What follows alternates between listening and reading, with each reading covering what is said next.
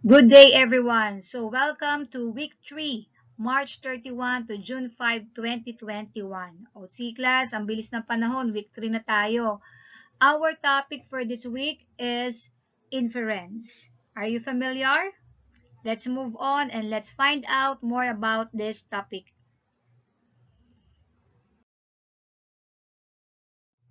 So, our most essential learning competency, number 24, states, determine the worth of ideas mentioned in the text listened to. So, yes class, tama kayo nang nabasa. This skill is a listening skill. So, since modular tayo, if you have internet connection, you can always listen to the exact videos on YouTube. And then, syempre kung wala, we provided naman or the author provided us a script that we can read. So our enabling competencies: make simple inferences about thoughts and feelings expressed in the text listened to, and process information mentioned in the text listened to. So class, pag sinabi nating process information, meaning dapat naiintindihan natin kung para saan at kung ano yung pinag-uusapan sa ating selection.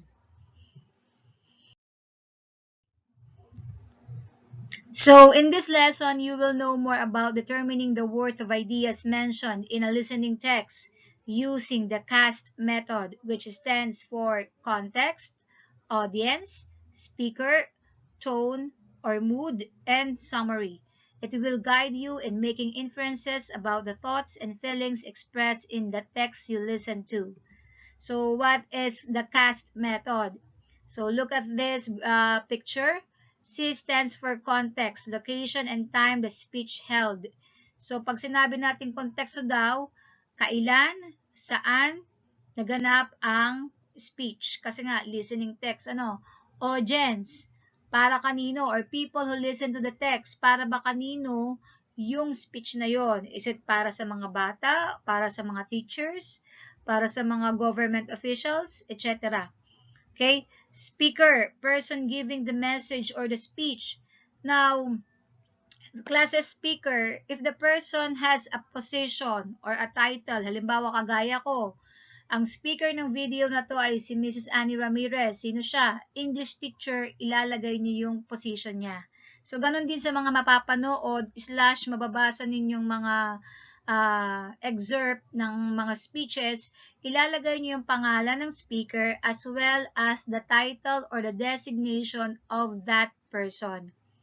Tone or mood, attitude, feelings expressed by the speaker. So ano daw ba yung ugali or nararamdaman? Usually kasi pag sinabi natin talagang tone or mood, yun yung feeling, yung dominant emotion na ipinakikita ng ating speaker.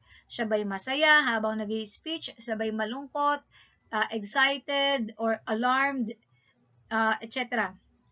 And then of course, letter S stands for summary, the main points of the speech. Syempre, kung wala ng summary, paano namin malalaman na naintindihan nyo yung inyong narinig or naintindihan nyo yung inyong binasa? So again, this method is what we call the CAST method. So what is inferences? These are guesses you make by combining two things: details, information from the text, and your prior knowledge or personal experience. These inferences are helpful for you to arrive with the summary of the speaker's message. Now class, kung nalalabuan pa rin kayo sa meaning ng inferences, let me give you a comparison. Are you familiar with hypothesis in science? Diba, by definition, a hypothesis is an intelligent guess. So, bago ka makapag-come up ng isang intelligent guess sa science or sabihin na natin sa experiment in science, kailangan nagkaroon ka muna ng tinatawag na observation. And based on your observation, saka ka pala makakapag-come up ng iyong hypothesis. Same with English. Sa English naman, after reading or listening to a reading text or to a listening selection, dapat daw, tingnan nyo itong word na to na-identify mo na yung details or information from that text. Dapat alam mo or sabihin na natin, dapat kaya mong sagutin lahat ng possible WH questions na pwedeng itanong doon. Let's say what, where, when, how, which. Okay? And then, aside from that, yung tinatawag mong experience, personal experience mo about the topic, imimix mo daw yun doon sa information na nakuha mo.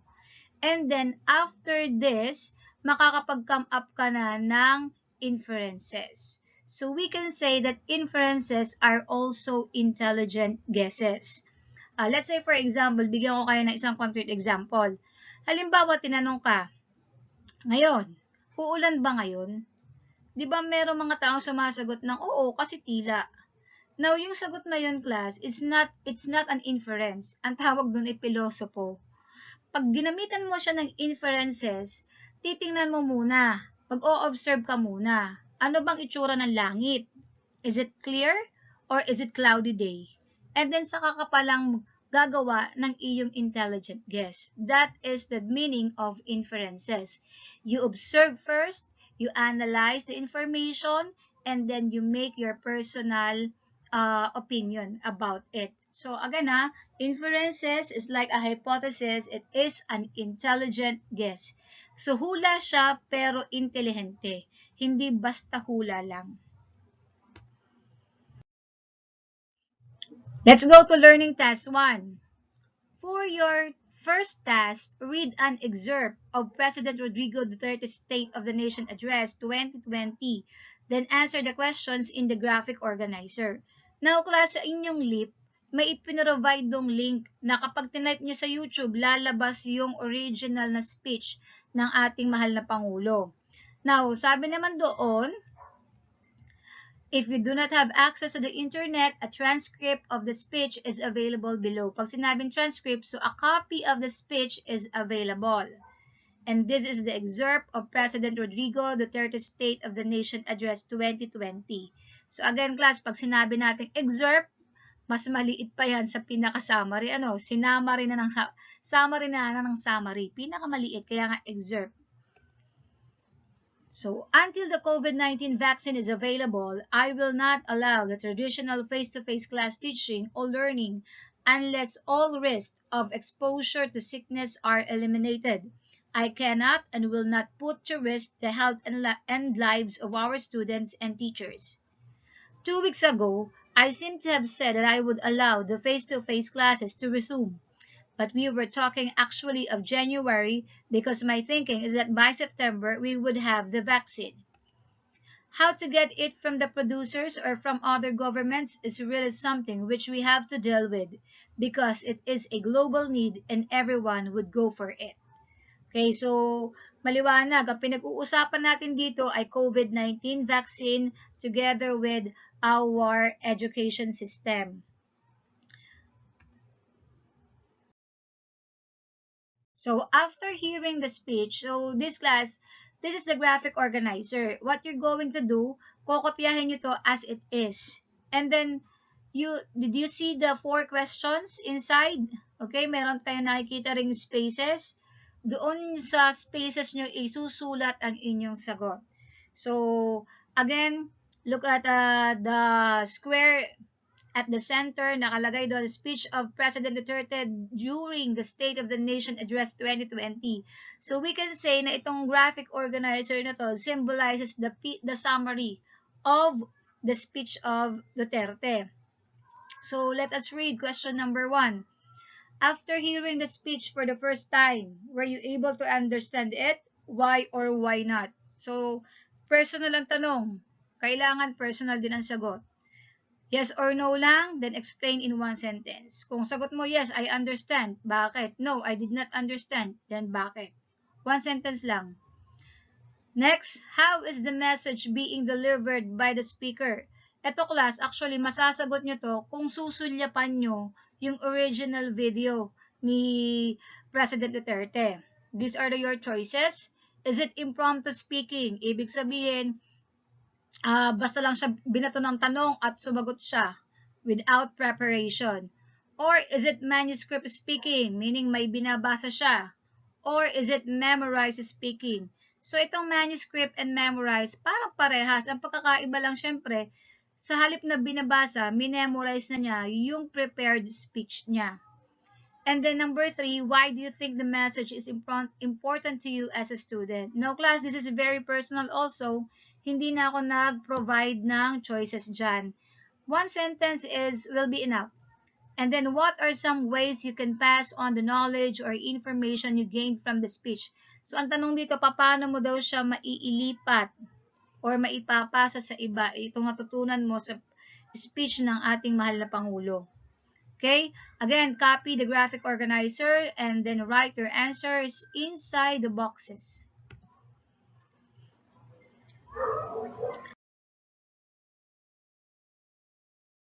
Okay, learning task 2. Consider the line lifted from the speech.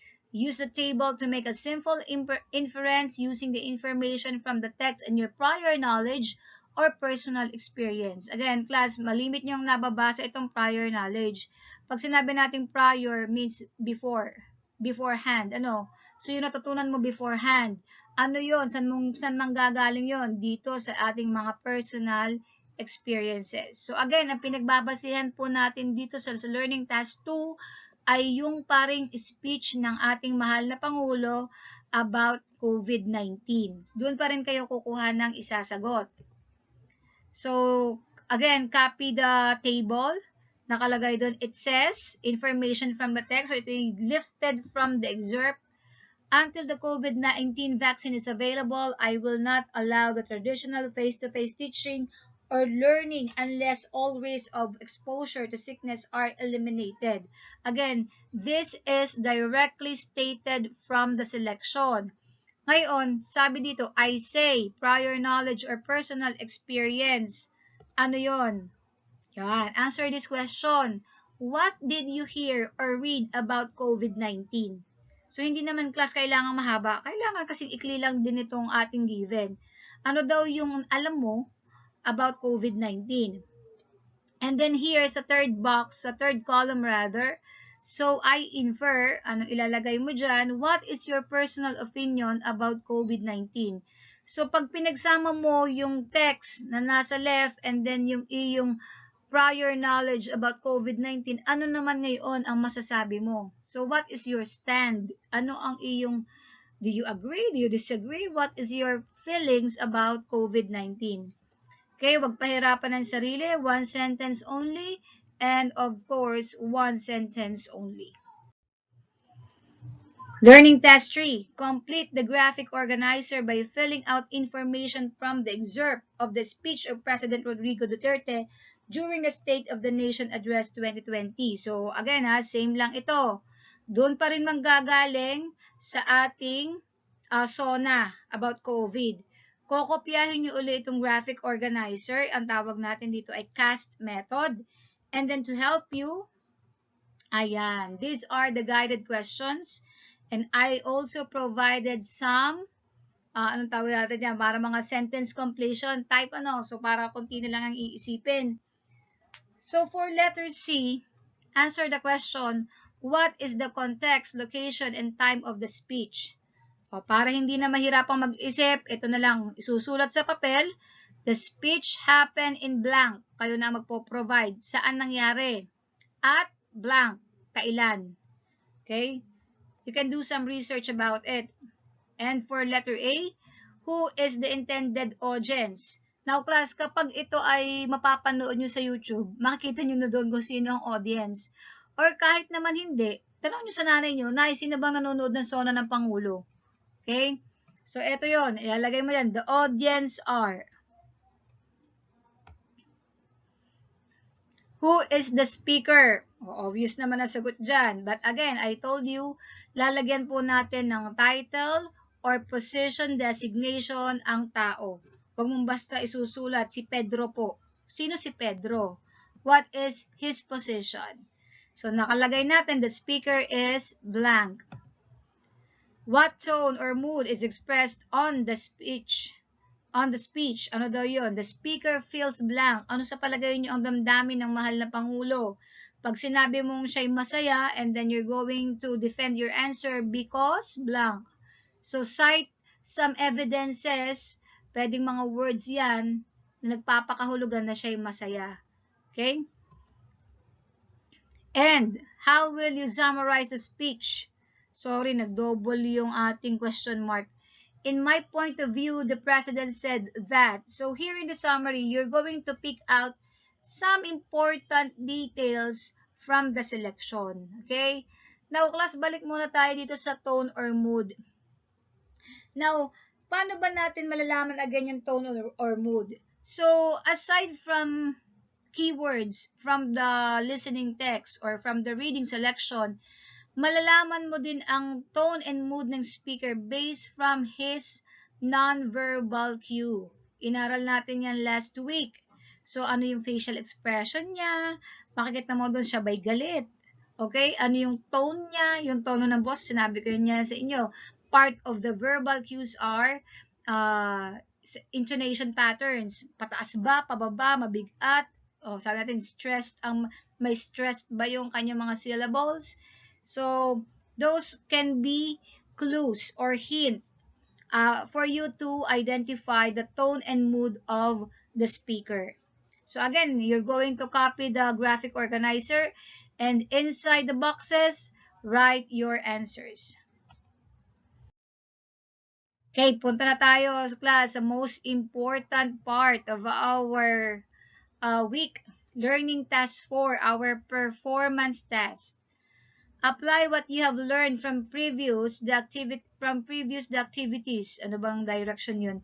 Listen to the speech given by Secretary Leonor Magtolis Briones for the World No Tobacco Day 2020. Then complete the table following the cast method. Okay, bago natin isipin yon, let us read and analyze the excerpt of Secretary Leonor Magtolis Briones. Okay, I want you to read with me also.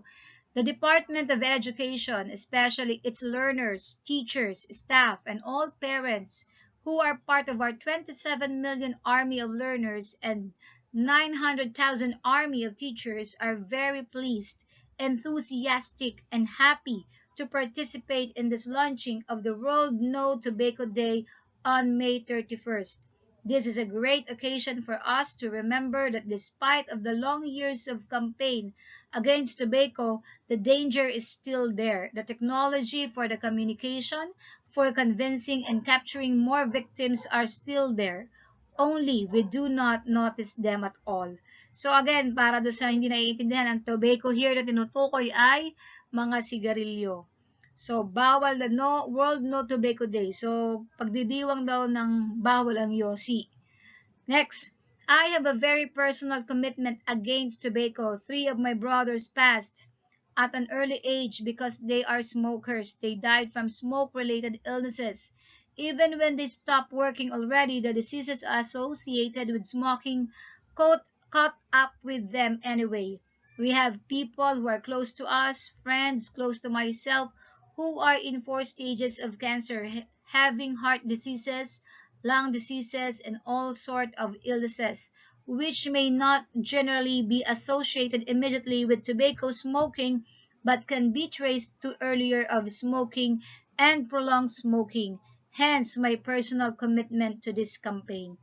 Okay, so sinasabi ni Secretary Magtolis na siya daw mismo ay talagang ayaw niya personally ng yosi. Kasi yung mga taong malalapit sa kanya namatay sa mga sakit na related doon. Okay, sa mga hindi nakakakilala, ito po ang ating DepEd Secretary. I grew up with the background where we are taught to respect our bodies, not to poison our physical system with all sorts of destructive material, and to consider our bodies as temples of God, which we must not destroy. Therefore, I encourage the Department of Education, especially with our 27 million young learners or 900,000 teachers, our staff, our personnel, I encourage the department to continue this campaign. The enemy is still with us. It is still with our system. Cigarette smoking is still associated with being macho, with being glamorous, with being beautiful or good looking, and it offers reliefs from tension, from whatever bugs us, or it offers escape from what we consider as challenges in our life. But these dangers accumulate and eventually we pay for it. So ano sinasabi dito? Ini-encourage daw tayong lahat nalabanan itong yosi. Sa kabila daw ng ito'y nakakapagpamacho sa atin, minsan daw nakakapag-feeling maganda, parang ganon, parang nakaka-relieve ng mga tension, okay? Hindi daw natin maiiwasan ang mga epekto nito. At kung hindi ngayon, pagdating ng matanda-tanda ka na ng kaunti, mararanasan mo din lahat ng yan. So I congratulate therefore our colleagues, the Department of Education, who have initiated this campaign, all of us who participated and will continue to participate in this month-long celebration. I also congratulate all other organizations who continued the campaign, who tell us not to forget, who reminds us that the danger is still there, who reminds us that the enemy has not left, that tobacco is as dangerous as ever and insidious as ever and as deadly as ever. Thank you and good evening. Now class, you might be wondering, ma'am, kung bawal ang yosi, bakit binibenta sa tindahan? Now, for economic purposes, ang tax na binabayad ng mga secret companies ay napakalaki and our government needs the tax. Kaya lang, kahit ganon, given that fact, okay, patuloy yung campaign, yung tinatawag nating awareness campaign na sinasabing masama ang magyosi para naman din, kumbaga, as a human being, about conviction mo na yan, kung makikinig ka o hindi. Okay? Nasa iyo na yan kung gusto mo bang magkasakit in the future or kung gusto mong maging healthy. So, alam naman natin, and I know that you are very well aware na ang mga ill effects ng yosi, hindi lang sa mismong nagyoyosi, especially dun din sa mga nakakaamoy ng sigarilyo. Okay, so let's go to the cast methods. So class, you're going to copy this table again, pero ikita nyo yung guide questions, pwede nyo nang hindi kopyahin yan. Ito na lang answers. Cast method and then answers only, okay? Huwag pahirapan ng sarili. So, pahingi naman ng kaunti diyang guide. Ito na po ang ating guide. Sentence completion uli ha. So, isusulat, kayo na uli ang bubuo. The speech took place in blank last blank. Ibig sabihin, doon sa unang blank, saan naganap? Saan? Where yon? And then, sa padalawang blank, last, kailan? Last May, last June, kasama ang date. So, the next blank pertains to when? So, audience, the intended audience are, sino ang pinatutungkulan? I believe, binigyan ko kanina ng diin yun. Okay, kung sino ang kinakausap ng ating Secretary Briones, binigyan ko ng napakadiin yun. And then, the speaker is, okay, sino nagsasalita, nakalagay diyan, huwag kalilimutan ang kanyang position title. And then, here, I feel, tone. I feel blank because the speaker used words such as blank, blank, blank. Okay, ano ibig sabihin nun? What words are used by the speaker that made you feel the emotions portrayed in the speech? Now, alam nyo class, when we are listening to a speech, diba, kung galit ang speaker, galit ka din. Kung masaya ang speaker, nagiging masaya ka din. So, based from the choice of words na binanggit ni Secretary Briones, okay, ano yung naramdaman mo? Do you feel inspired? Do you feel happy? Do you feel sad? Do you feel gloomy? Kung ano man na isagot mo dyan, kukuha ka daw ng tatlong support. There are many words that you can use to support your answer. And summary, the speaker highlighted the following. Pwede tayo magbigay dito ng dalawa lang. Okay? Kasi hindi pwedeng isa kasi ang sinabi ko the following. Kasi naman po, ang sabi dito, what salient or important points that the speaker mentioned in her speech. Sabihin nga natin salient. Okay, pag sinabing salient, it's another term for important. Doon sa napakahaba, hindi naman actually napakahaba, 2 pages na speech ng ating Secretary Briones, ano yung kahit dalawa lang na mahalagang bagay na naintindihan mo. Yun ang isusulat mo sa ating summary. Okay, pagandahin po natin ang ating pong table dahil ito po ay ating performance test. Okay? Now, assimilation na tayo. Now, it's your turn to review the guide questions. So, class, pag sinabi nating assimilation, it's a review, a recap.